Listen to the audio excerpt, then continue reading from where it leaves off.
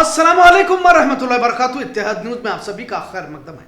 माशरे को कैसे बेहतर बनाया जा सकता है। जी हाँ, आज इस मौजू पर बोलने की वजह यह है कि पिछले कुछ दिनों से हमें फोन कॉल्स आते हैं और मुसलमानों के इदारे, मुसलमानों की तंजीमें, मुस्लिम स्कूली इदारे, मुस्लिम हॉस्पिटल्स पर खबरें बनाने की बात कही जाती है। सभी जानते हैं कि मुसलमानों के मौजूदा हालात और मुस्लिम समाज के मसाइल पर बार बार बहस मुबासे होते रहते हैं। पहले सरकारी स्कूलों की तादाद बहुत ज्यादा हुआ करती थी और लोग भी अपने बच्चों को सरकारी स्कूलों में ही पढ़ाते थे और हालात भी उस तरह के ही थे। बहरहाल सरकारी स्कूलों में पढ़ लिख कर बड़े ओहदों पर फाइज होते मुसलमानों को भी हमने देखा है, पर पिछले कुछ अरसे से मुसलमानों को समाज से अलग थलग करने की साजिश है।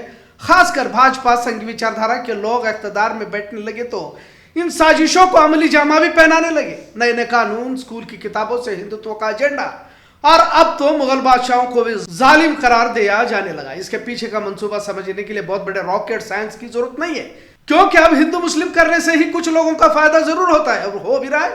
अब मुस्लिम समाज भी इन साजिशों को समझने लगा तो मुसलमानों ने भी अपने स्कूल्स निकालना शुरू किया। बेलगाम शहर में पहले गिने चुने स्कूल हुआ करते थे, लेकिन अब हर गली मोहल्ले में स्कूलों की बाढ़ आई हुई है। खासतौर से हिजाब का मामला जब से मंजर आम पर आया तब से तालीम को लेकर एक तरह की बेदारी कही जा सकती है। स्कूलों की आड़ में कुछ लोग कारोबार भी करने की फिराक में नजर आए। बहरहाल फायदा यह हुआ कि मुसलमानों के इदारे और इन इदारों के जरिए मुसलमानों की पहचान भी शहर में देखने को मिली।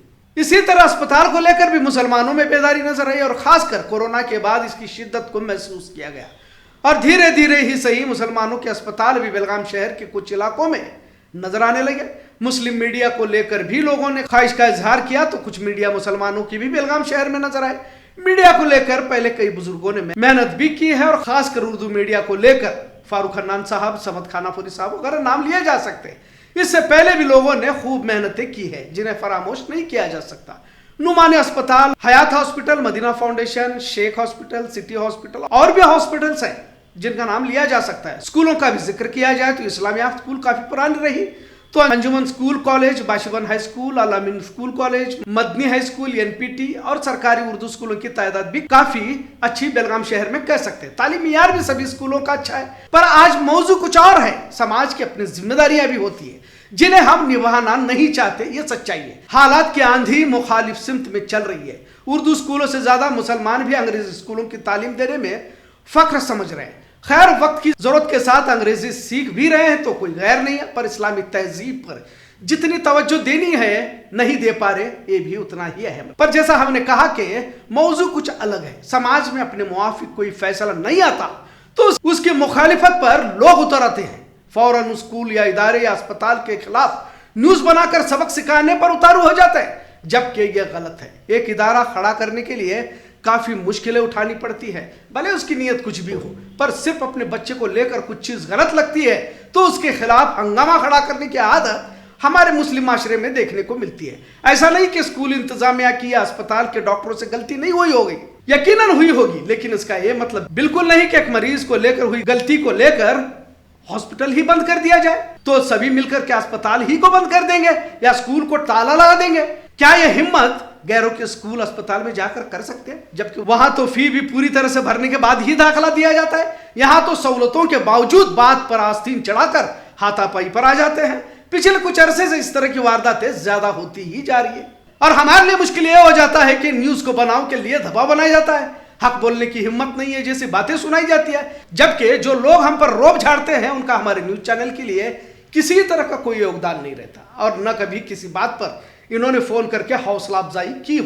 बेलगाम में कुछ अखबार दीगर जुबानों के हैं जो हमेशा मुसलमानों के खिलाफ जहर उगलते रहते हैं एक अरसे से, पर किसी की हिम्मत नहीं होती कि इन्हें जाकर सवाल पूछा जाए। लेकिन तमाम मुश्किलात के बावजूद न्यूज चैनल चला रहे हैं तो हम पर ही दबाव बनाया जाता है कि फलां अस्पताल के खिलाफ न्यूज बनाओ, फलां स्कूल को लेकर बयान देते हैं, आ जाओ।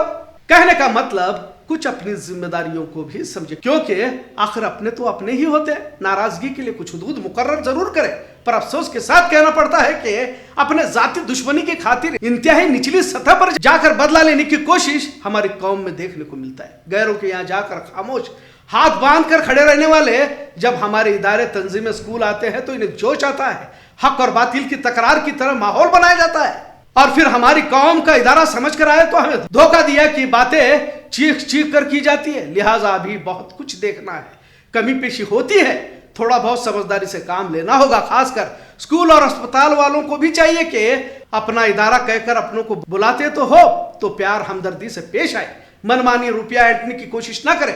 इसी तरह स्कूलों में भी किसी बच्चे की फीस को कोई मजबूरी में अदा नहीं कर सकता तो मजबूरी को समझने की कोशिश करे। इसी तरह उन लोगों को न्यूज के मुताबिक बताना चाहेंगे कि जो हम पर भी रोब झाड़ना चाहते हैं, तुम्हें अगर कुछ अच्छा नहीं लगता तो जरूरी नहीं कि इस पर न्यूज बना ही दे। न्यूज के लिए भी कुछ आदाब व शुमार है। आपको पहले एफआईआर दर्ज करनी होगी, डीसी कमिश्नर से मुतालबा पेश करना होगा, लिखित में फरियाद देनी होगी। बजाय किसी फॉर्मेलिटीज को मुकम्मल करने के जो चाहे फोन के जरिए न्यूज बनाओ आओ जी की धमकियां न दी जाए। किसी मराठी अखबार के दफ्तर में इस तरह की जुबान दराजी कर पाओगे क्या? इससे पहले तो कोई भी मुस्लिम इलाकों की खबर पर लफ्ज भी नहीं बोलना चाहता था।